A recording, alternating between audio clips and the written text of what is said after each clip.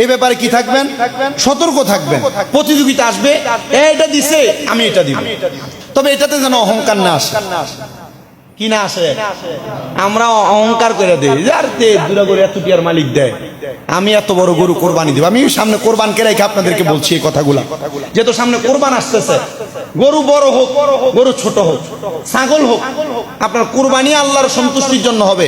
আর আপনি কোরবান দেন, আরে বাবা আপনার সামর্থ্য আছে বিদায় কোরবান দেন। যারা দিবেন কোরবানি ভবিষ্যতের জন্য এই ব্যাপারটা সতর্ক থাকবেন, আপনার দরজা থেকে একটা গরিব যেন ফিরা না যায়। কথা ঠিক আছে তো? একটা গরিব যেন ফিরা না যায়, ওই ব্যবস্থাটা আপনার বিবেকে রাখবেন, আপনার নিজের মাঝে রাখবেন। আপনি চাইলেই আজকে কোরবানির দিন যা রান্না করছেন খাইয়ে ফেলতে পারবেন, পরবর্তীতে 1 কেজি কিনা খাইতে পারবেন। আপনি যখন দান করবেন একটু সাইজে টাকা পয়সা যদি থাকে বড় সরই কিনেন, বলে হুজুর কোরবানি দিব, আমার কাছে এত টাকা আছে। কোরবানি দেওয়ার মাসালার ব্যাপারে কিন্তু বড় সতর্কতা।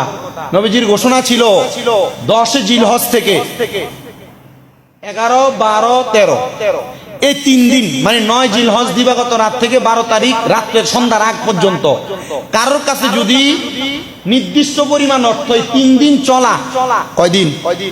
3 দিন সমপরিমাণ চলা, কেউ কেউ বলছে 3 মাস, কেউ কেউ বলছে 1 বছর চলার অর্থ আছে, অথবা 3 মাস চলার অর্থ আছে, তার উপরে যত টাকা আছে ওই টাকা দিয়ে সে কোরবানি দিতে হবে, তার ওয়াজিব। আমি হিসাব করে দেখলাম বর্তমান বাজার মূল্যে কেউ যদি 90-95 হাজার টাকার মালিক হয়, 90-95 হাজার টাকার মালিক হয়, এর উপরে যত টাকা থাকবে ওই টাকা দিয়ে সে কোরবানি দিবে, তার উপর কোরবানি ওয়াজিব। আপনারা যারা লাখখানিকের উপরে টেয়ার মালিক কোরবান দেন না, আপনারা চিন্তা করে দেখেন আল্লাহর কাছে কি জবাব দিবেন। পুরা ধরা কি জবাব দিবেন আল্লাহর কাছে? বলে হুজুর তা আমি তো লাখখানিকের উপরে আমার কাছে 10,000 আছে, বা আমার কাছে 2 লাখ আছে, তো আমি কি পরবর্তী 1 লাখ দিয়ে কোরবান দিয়ে লাইতাম? আপনারা কে কইছে পরবর্তী 1 লাখ দিয়ে কোরবান দিতেন? আমরা 60 জন 7 জনের লগে কোরবান দিতে যান, আপনার লগে 7 জন এসে সুদখোর, আপনার কোরবান তো বাপ। আমরা 6 জন মিলে কোরবান দিতেছেন, 4 জন মিলে কোরবান দিতেছেন, এর মধ্যে একজন আছে হারাম ব্যবসা করে, দালালি করে খা। এই রে ফালতু, যে কইছে ফালতু ফাও শূন্য লাভ আছে। তো দিতের বেলা সতর্ক, 4 জনে 5 জনে কোরবানি দিতে সতর্ক। নিজে প্রয়োজনে একটা ছাগল কোরবানি দিবেন, বলেন নিজে প্রয়োজনে একটা ছাগল কোরবানি দিবেন, বলে 30,000 টাকা দিয়ে এক ছাগল, হ্যাঁ বড় ছাগল কোরবানি দিবেন, আমরা দিয়া নিজেও খাইবেন, ঈদের দিন খাইয়া শেষ, গরিবদেরও খাওয়াইবেন। আল্লাহ আমাদেরকে সে বুঝ দান করুন, আমিন জোরে কন। যারা মোটামুটি অর্থের মালিক আছেন কোরবান দিবেন, আর যারা বেশি অর্থের মালিক আছেন বড় গরু কোরবান দিবেন, বড় বড় গরু কিনবেন। বড়টা কিনা এলাকার গরিব দুঃখী একজনও বাদ রাখবেন না, সবারই দিবেন। এলাকায় অনেকে আরে তারা আমরা সমাজের তারারে দিই, অন্য সমাজের দিস না, এটি বাদ দেন। এগুলা নিজের বিবেক থেকে বাদ দেন, এগুলা বাদ দিয়া সমাজের বাইরেও যদি এলাকায় বাড়িতেও যদি থাকে এরারে দিয়েন, এরার প্রতি একটু মায়া দয়া করেন। দয়া করলে আপনার প্রতি দয়া করবো কে? কথা কেনা কে করবে? এই কোরবানির ব্যাপারে সতর্ক, দানের ব্যাপারে সতর্ক। আল্লাহ তাআলা আমাদেরকে সতর্কতার সাথে দেওয়ার তৌফিক দান করুন, আমিন। আল্লাহর নূরে নবী পয়দা, নবীর নূরে এই সংসার, পরেন আল্লাহর নূরে নবী পয়দা, নবীর নূরে এই সংসার। قد جاءكم من الله নূর, আল্লাহর পাকের ঘোষণা। আল্লাহুম্মা সাল্লি আলা সাইয়্যিদিনা মাওলানা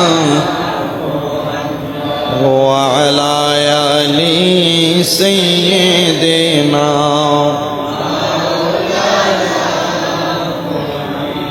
মা আমেনা স্বপ্ন দেখে গর্বে তাহার নূর, সেই নূরেরই নাম রাখেন আল্লাহ মুহাম্মদ রাসূল নবীজি। আল্লাহ আল্লাহ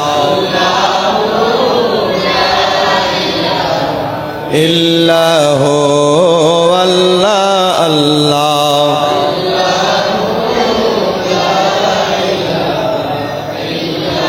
হাজারো দুরুদ হাজারো সালাম নবী দরবারে আপনার, দয়া করে কবুল করেন সালাতু সালাম নবীজি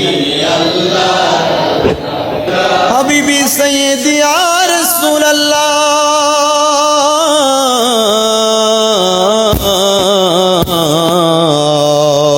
ওয়া ইয়া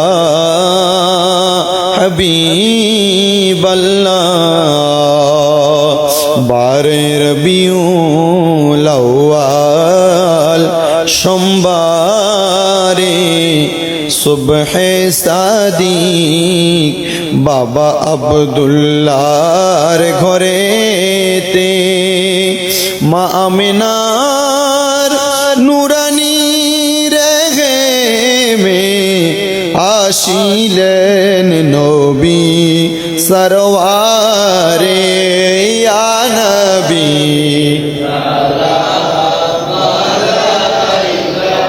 ইয়া রাসূল ইয়া হাবিব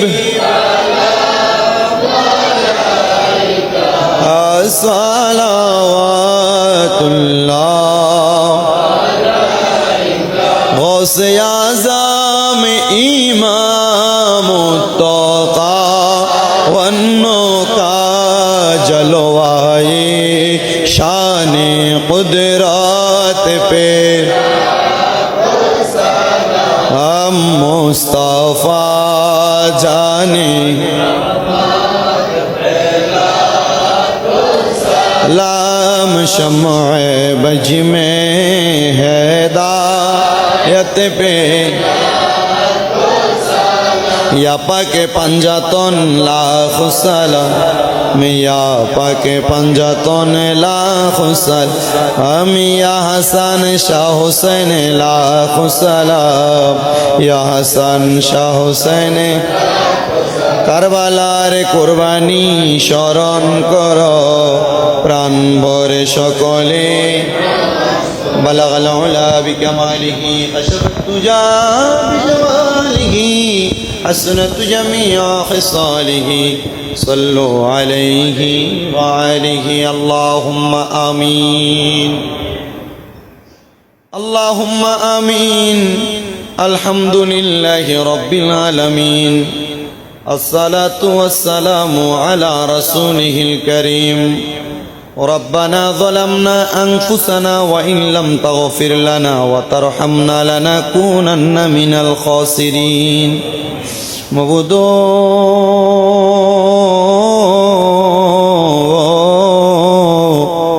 ও দয়াল আল্লাহ একটু রহমতের নজর করে তাকে দেখেন এই দৌলতপুর জামে মসজিদে পবিত্র জিলকদ মাসের চতুর্থ জুমার নামাজ আদায় করে আপনার কলিজার টুকরা আদরের বান্দাদেরকে নিয়ে আপনার শাহিন শাহী পাক দরবারে গুনাহগার কাঙ্গালের বেশে দুইটা হাত বাড়াইছি আল্লাহ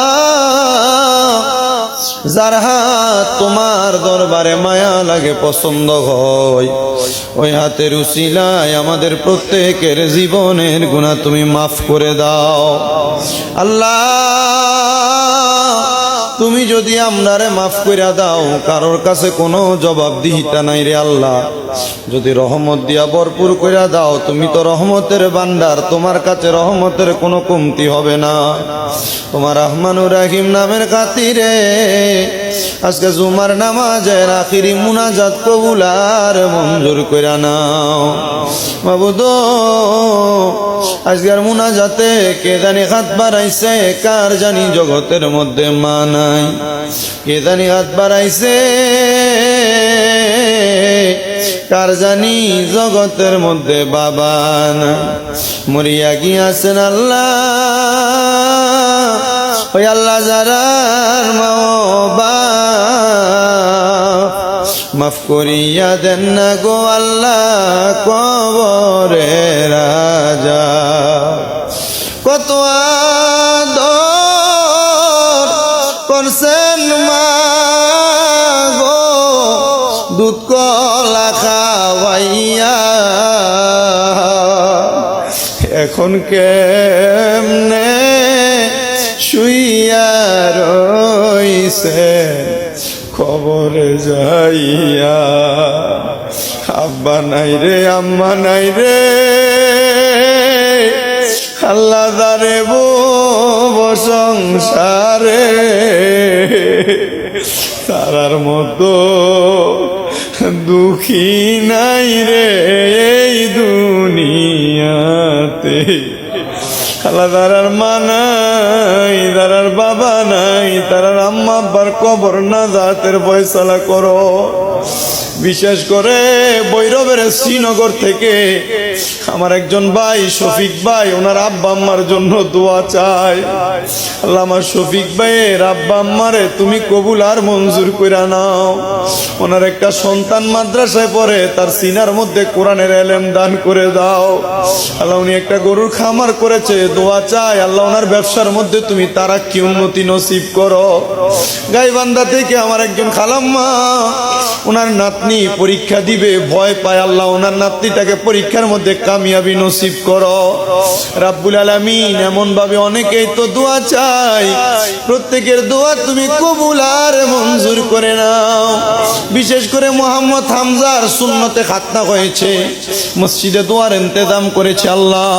মোহাম্মদ হামজার খাতনা সুন্নত সিলাই তুমি কবুল আর তারে মঞ্জুর করে নাও। তার আম্মা আব্বাকে কবুল ও মঞ্জুর করো, তার বংশের কবর আযাব মাফ করে দাও। এমন ভাবে অনেক মানুষ দেশ বিদেশ থেকে দোয়া চায়, আল্লাহ প্রত্যেকের খাস দোয়া কবুল ও মঞ্জুর করো। আমার আম্মা অসুস্থ অবস্থায় এখনো বিছানায়, আল্লাহ আমার আম্মাকে পরিপূর্ণ সুস্থতার নিয়ামত দান করো। আল্লাহ আমার আম্মাকে পরিপূর্ণ সুস্থতার নিয়ামত দান করো। বিশেষ করে আব্দুর রহিম ভাই প্রবাসী মানুষ, উনি সকল প্রবাসীদের জন্য দোয়া চাইছে। আল্লাহ প্রবাসীরা বিদেশের বাড়িতে বড় কষ্ট করে রোদে পুরা কাজ করে, অনেকে দেশের মায়া ত্যাগ কইরা সন্তান স্ত্রী পুত্র মা বাবা দেশে রাইকা বিদেশে কাজ করে। আল্লাহ আমার প্রবাসীদের কামাই রুজিতে বরকত দাও, প্রবাসীদের হায়াতের দিকে বরকত দাও, প্রবাসীদের মনের নেক নেক আশাগুলা পূরণ করো। ব্রাহ্মণবাড়িয়া সদরের কোট্টা এলাকার একজন ভাই প্রবাসের রাস্তা দিয়ে হাঁটার সময় গাড়ি অ্যাক্সিডেন্টে ইন্তেকাল করেছে। আমার আব্দুর রহিম ভাই তার জন্য দোয়া চাইছে। আল্লাহ অ্যাক্সিডেন্টকারী সহ যারা যারা প্রবাসের বাড়িতে মহা বিপদে আছে, অনেকের আঁকা মানে তাদের কাজের ব্যবস্থা করে দাও। এই দৌলতপুর এলাকা সহ সমস্ত পৃথিবীর মুসলমানদেরকে হেফাজত করো, বেঈমানদেরকে নাস্তানাবদ করে ইসলামের পথে আনো। আল্লাহ বিশেষ করে মাজলুম মুসলমানদেরকে হেফাজত করো। দৌলতপুর কবরস্থানের কাজ ধরবে, অনেকে হয়তো নিয়ত করেছে কবরস্থানের কাজের জন্য দান করবে, যারা ইট দিবে, বালি দিবে, সিমেন্ট দিবে, টাকা পয়সা দিবে, আল্লাহ প্রত্যেকের দানগুলা কবুল ও মঞ্জুর করে নাও। পর্দার অন্তরালের অনেক মা বোনেরা দোয়া চায়, আল্লাহ আমার মা বোনদের দোয়া তুমি কবুল ও মঞ্জুর করো। ফরিয়াদ তোমার দরবারে আমার একজন ভাইয়ের আঙ্গুল পড়ে গেছে, উনি দোয়া চাইছে, আল্লাহ আমার ভাইজানেরকে তুমি শেফা আদলা কামেলা নসিব করো। আর মরণের আগে বারবার মক্কা মদিনা তাওয়াফ জিয়ারতের ব্যবস্থা কইরা আখিরি জবানে মধুর কালেমা পড়াইয়া দিয়েন, লা ইলাহা ইল্লাল্লাহু মুহাম্মাদুর রাসূলুল্লাহ সাল্লাল্লাহু আলাইহি ওয়াসাল্লাম।